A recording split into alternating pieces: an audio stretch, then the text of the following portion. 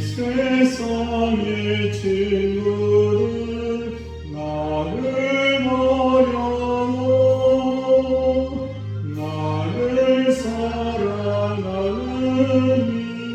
예수 보내세. 예수 내 친구 날 버리지 않네. 온 천지는 변해도 날 버리지 않네. 검은 구름 높이고 왕궁 일어나 예수 나의 힘내니 혼낼 것 없네. 예수 내 친구 날 버리지 않네.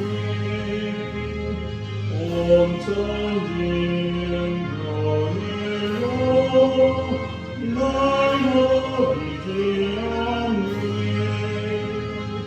괴로운 일 당해도 낙심 말아라. 영원하신 주는 나를 이끄네. 예수 내 친구 날 버리지 않네. 온 천지는 변해도 날 버리지 않네.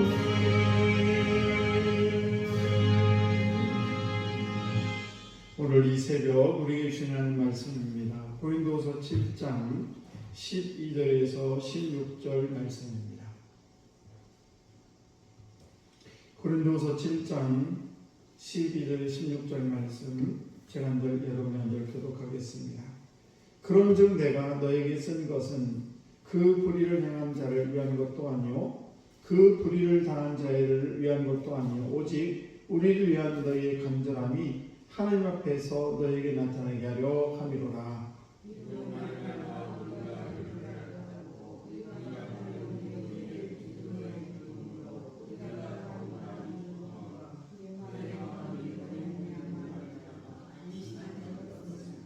내가 그에게 너희를 위하여 잘한 것이 있더라도 부끄럽지 아니하니 우리가 너에게 이른 말이 다 참된 것 같이 디도 앞에서 우리가 잘하는 것도 참되게 되었도다.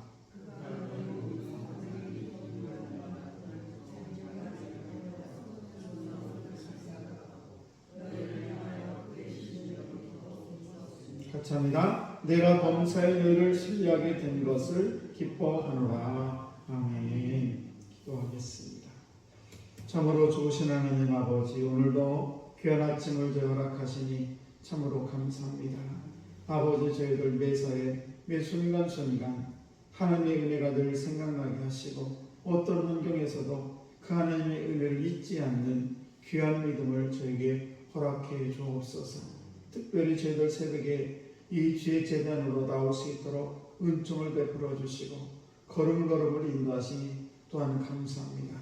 오늘도 주 예수의 이름으로 저희들 하루가 복되게 하시고 주 예수의 이름으로 저희들 걸음걸음이 하나님이 기뻐하는 걸음을 걸어갈 수 있도록 주님 은총 베풀어 주옵소서.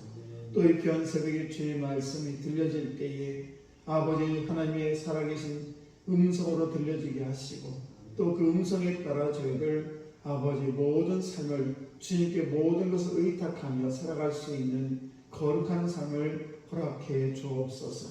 아버지 시간에 또한 예물을 주 앞에 올려드립니다. 우명으로 감사함을 드립니다. 아버지 드려진 예물을 주님 축복하시고 아버지 그의 모든 삶이 감사가 차고 넘치게 하시고 소망의 하나님이 모든 기쁨과 평강을 믿음 안에서 너에게 충만하게 하사 성령의 능력으로 소망이 넘치게 하시기를 원하노라 하셨던 이 말씀처럼 늘 주 앞에 감사와 찬양이 끊이지 않는 귀한 영혼 될 수 있도록 주여 은총을 베풀어 주옵소서. 최용석, 유경아, 아버지 1,000번 예물을 주 앞에 올려드립니다. 아버지 가정을 지금 기억해 주시고 늘 주님의 은혜로 채워주시기를 원합니다. 악한 영이 틈타지 못하도록 주의 성령께서 오늘도 눈동자와 같이 지켜 인도해 주옵소서. 또 우리 사랑하는 성도들, 아버지 모든 자녀들 어디 있든 무엇을 하든지 하나님의 영광을 아름답게 드러내는 귀한 영혼들로 축복해 주시옵시고, 우리 사랑하는 자녀들 오가는 모든 소식이 좋은 소식으로 갈 수 있도록 주님 은총 베풀어 주옵소서. 오늘도 모든 삶에 감사드리며 축복하며 예수님 이름으로 기도드려옵나이다. 아멘. 네, 귀하고 복된 새벽에 나오신 우리 귀한 성도 여러분, 하나님의 크신 은총 여러분에게 충만하시길 축복합니다. 오늘은 서로를 겸손하게 영접하십시오 라는 말씀으로 함께 은혜를 나누겠습니다. 15절 말씀 보게 되면 이렇게 기록을 하고 있습니다. 그가 너희 모든 사람들이 두려움과 떨므로 자기를 영접하여 순종하는 것을 생각하고 너희를 향하여 그의 심정이 더욱 깊었으니. 사도 바울이 이제 디도라는 사람에게 편지를 써서 보냅니다. 그런데 그 고린도 교인들한테 편지를 써 보냈을 때 혹시 고린도 교인들이 이 디도라는 사람을 냉대하면 어떻게 할까? 그래서 걱정을 했습니다. 그런데 놀랍게도 고린도 교인들은 두렵고 떨리는 모습으로, 겸손한 모습으로 디도를 이렇게 영접했다라고 기록을 하고 있습니다.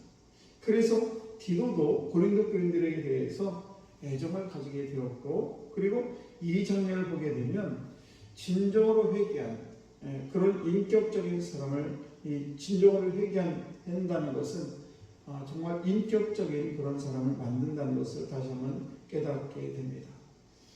우리가 살아가면서 이 상대방의 인격을 존중해 주는 자세, 이것은 성도들에게 있어서 아주 필수적인 그런 자세인 것입니다. 교회에는 참 다양한 분들이 모이죠.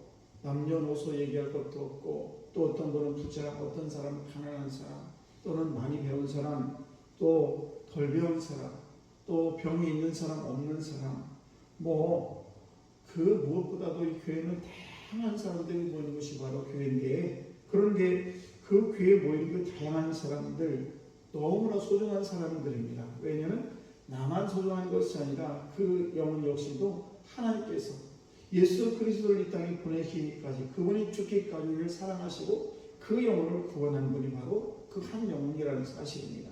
그래서 우리는 예수님께서 핏값을 주고 산 그 영혼이, 내 옆에 있는 이분이, 우리에 있는 이 성도가 나도 소중하지만 그분도 역시 우리 주님 보시기에 너무 소중한 한 영혼이라는 사실입니다.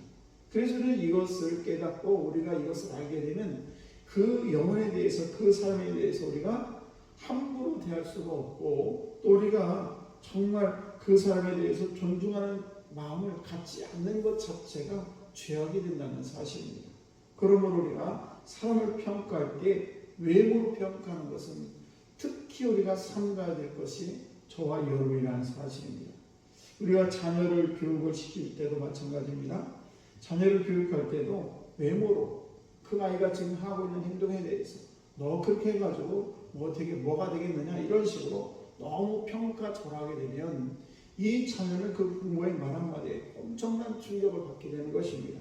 그러므로 때로는 자녀가 100점을 받지 못하고 20점을 받든 30점을 받든 그 자녀에 대해서 너무 그냥 평가절하를 하고 네가 그렇게 해가지고 뭐가 되겠냐는 이런 말을 함부로 해서는 안 된다는 사실입니다.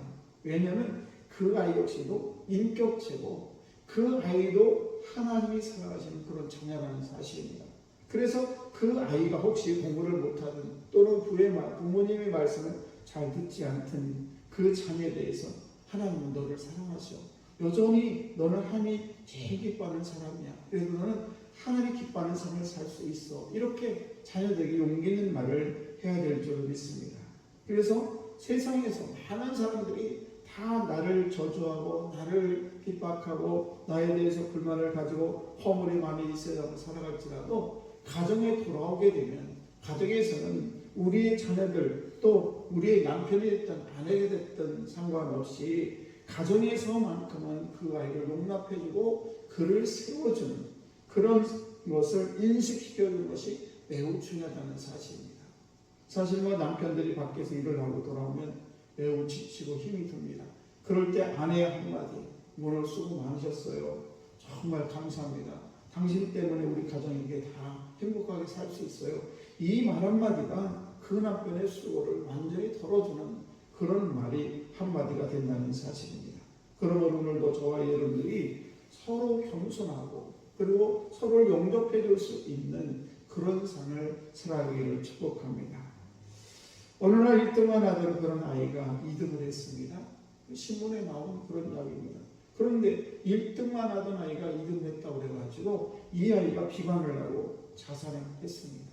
참 안타까운 얘기죠. 10등, 20등, 30등 꼴찌하는 아이들도 많이 있는데 1등에서 2등으로 떨어졌다는 그것 때문에 자기 인생을 포기하는 그런 아이들이 있다는 사실입니다. 사실은 우리가 A학점을 받든 B학점을 받든 상관없이 이 세상을 살아가는 것은 별 관계가 없습니다.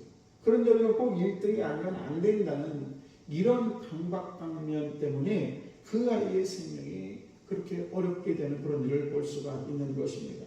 그러므로 우리가 그 자녀들의 그 인격, 그 자녀들이 지금 취직을 못하고 때로는 여러 가지 삶을 실패한 삶을 살 수도 있습니다. 그럴 때도 그 아이를 저주하고 그 아이에게 그렇게 잘못된 말을 퍼붓는 것보다도 그 아이를 위로하고 따뜻하게 품어줄 때 그 아이가 힘을 얻고 다시 이 세상을 승리하는 삶을 살게 될 줄로 믿습니다. 또 우리가 어버이날에 어떤 그런 뉴스가 또 있었는데 어버이날에 있었던 그런 일입니다. 어느 가정에서 자식들이 70세가 된 그런 어머니를 찾아갔습니다.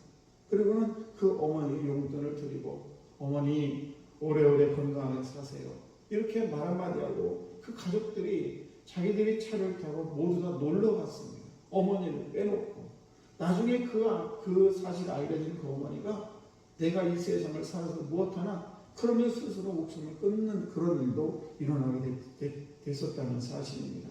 여러분 아무리 카네이션을 가슴에 달아드리고 용돈을 많이 준다고 해서 그것이 중요한 것이 아니라 정말 그 어머니를 사랑하고 그 어머니를 겸손하게 영접할 수 있는 그런 사랑하는 마음이 없이 그냥 보이는 것만 하는 그런 생색만 내는 그런 인생은 하늘이 기뻐하는 인생이 아니라는 사실입니다. 언제나 외적인 허물도 많이 있습니다. 저도 그렇고 여기 장로님도 마찬가지고 우리 권사님들도 다 마찬가지예요. 누구나 다 외적으로 이렇게 허물이 있고 그리고 인격적으로도 여러 가지 부족한 점이 참 많습니다. 그런데 중요한 것은 삶의 내용이 그 중요함을 잊지 마시기 바랍니다. 이 세상에서 다 영원토록 살아가는 사람은 아무도 없습니다. 가만히 보면 참으로 짧은 인생을 살아가는데 우리는 어떻게 살아야 될까? 삶의 길보다 더 중요한 것은 삶의 내용입니다. 우리가 어떻게 하나님의 자녀다운 삶을 살아갈까? 내가 저 한 영혼을 어떻게 인격적으로 잘 대할까? 내가 더 어떻게 하면 겸손하게 살까? 오늘도 이 말씀을 통해 저와 여러분들이 모두가 두려움과 떨림으로 한 영혼을 맞이할 수 있는 그런 우리 귀한 성도 여러분 다 되시기를 주의 이름으로 간절히 축복합니다. 기도하겠습니다.